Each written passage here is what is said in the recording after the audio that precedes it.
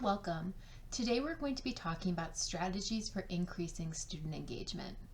This is the second part of a two-part module on methods for supporting students and maximizing engagement and reducing problematic behavior during your tutoring sessions.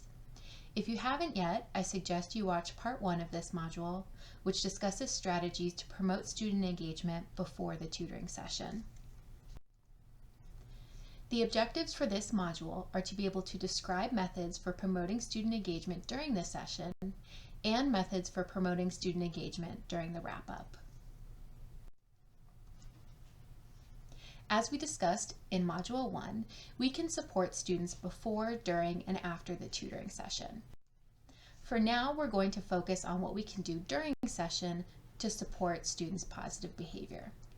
Specifically, we'll talk about how to teach new skills and how to reinforce the demonstration of those new skills and appropriate behaviors.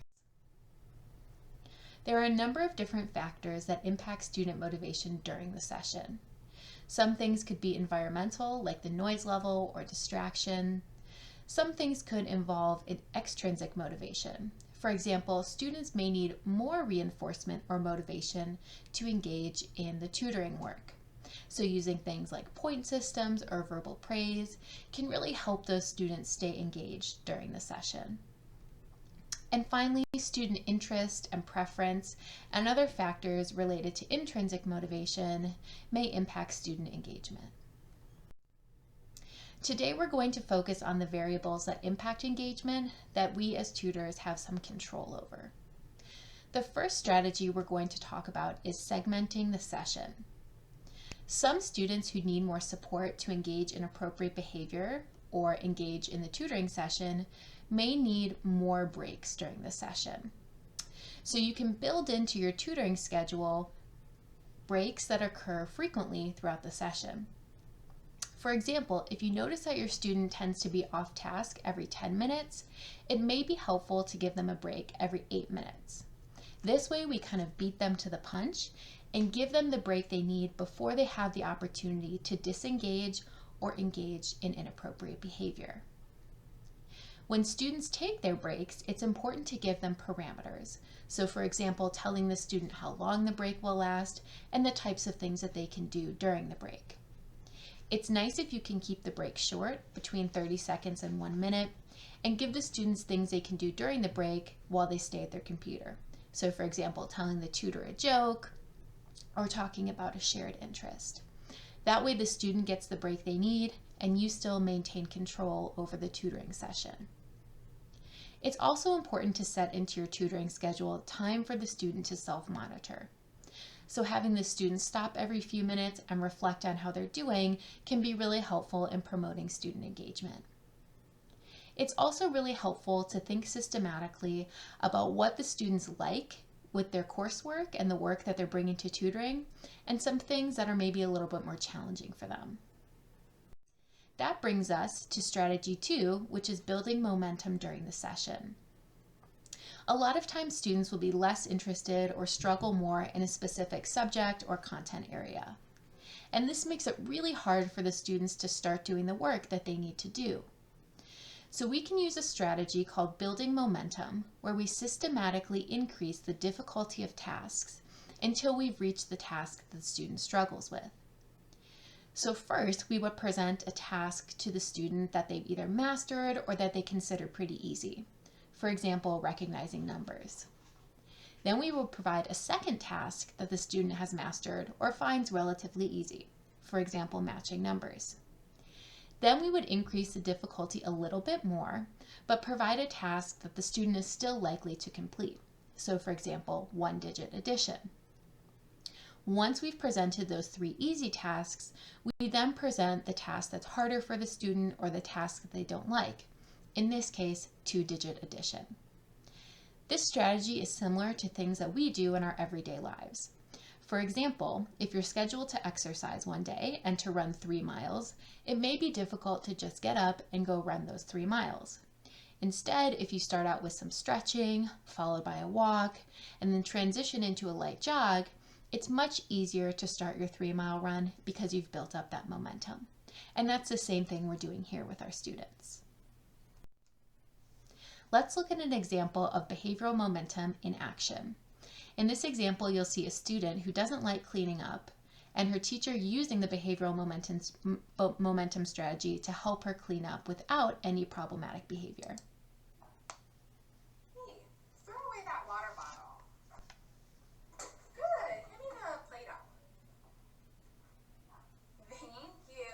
Put the Legos in here.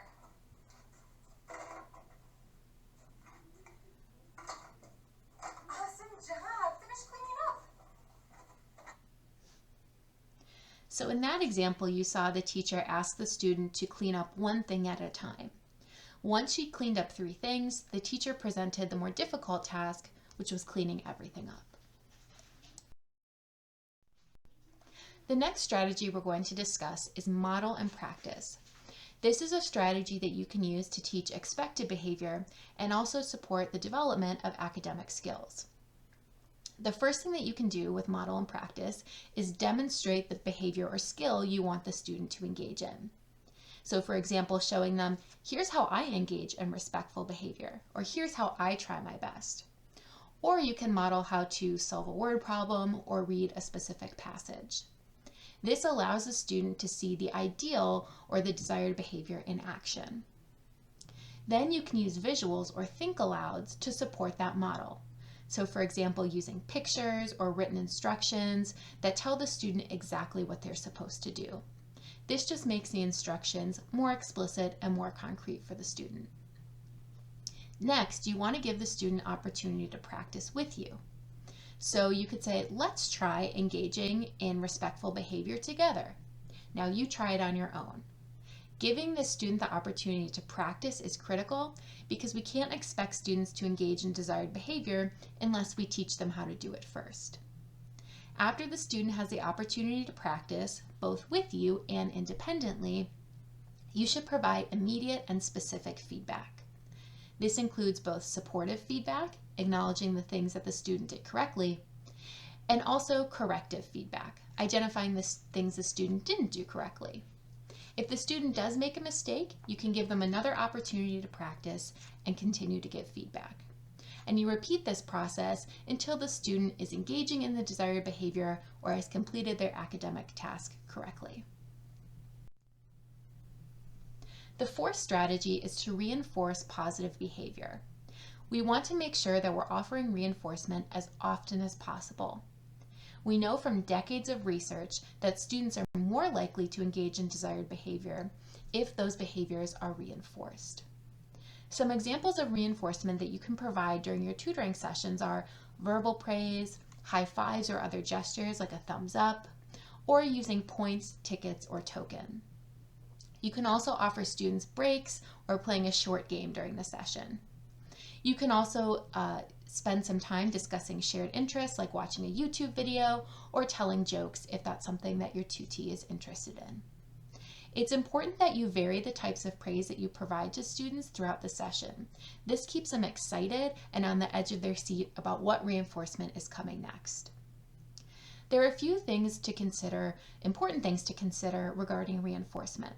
The first thing is that we want to provide reinforcement immediately after the student engages in the desired behavior or after they complete an academic task correctly.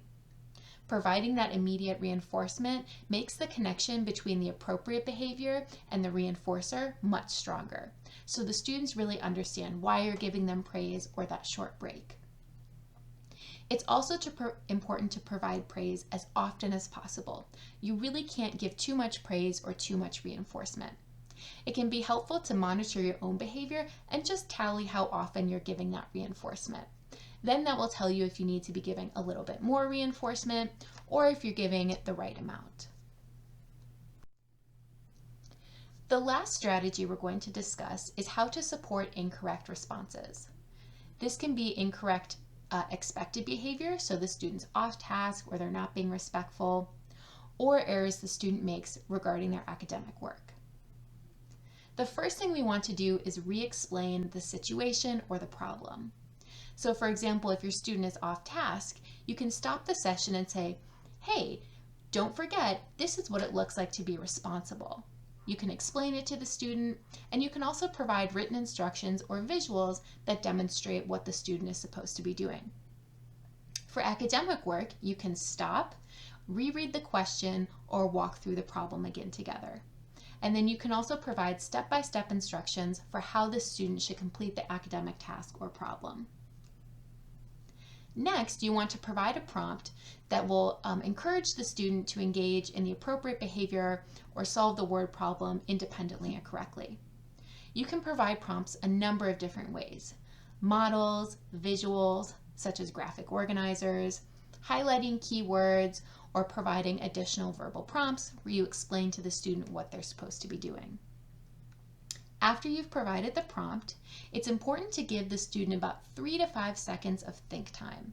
This will allow the students to process the information that you've given them and give them the confidence they need to be able to demonstrate the expected behavior or solve that academic task on their own. Last, we want to provide feedback to students immediately after they've demonstrated the appropriate behavior or after they've attempted the academic task on their own. This again can include verbal praise, gestures like thumbs up or high fives, or things like stickers, tokens, or points. If a student still makes a mistake, that's okay. We just provide some more supportive feedback and give them the opportunity to practice again. Here's an example for how you can correct errors. In this video, you'll see a teacher and a student, and the student is going to engage in some grammatical errors, and the teacher is going to use a hand gesture to prompt the student to engage in appropriate grammar. Put the words in the wrong order. Oh, how about that? That can show. Change the don't hit me. Change the word order. We study always grammar. Grammar. Always study grammar. We always study grammar. Yeah. So you can see in this example that first the student said the sentence, she mixed up the word order. So the teacher gave a simple hand gesture indicating that the student should switch the order of the words, and then the student engaged in the sentence correctly.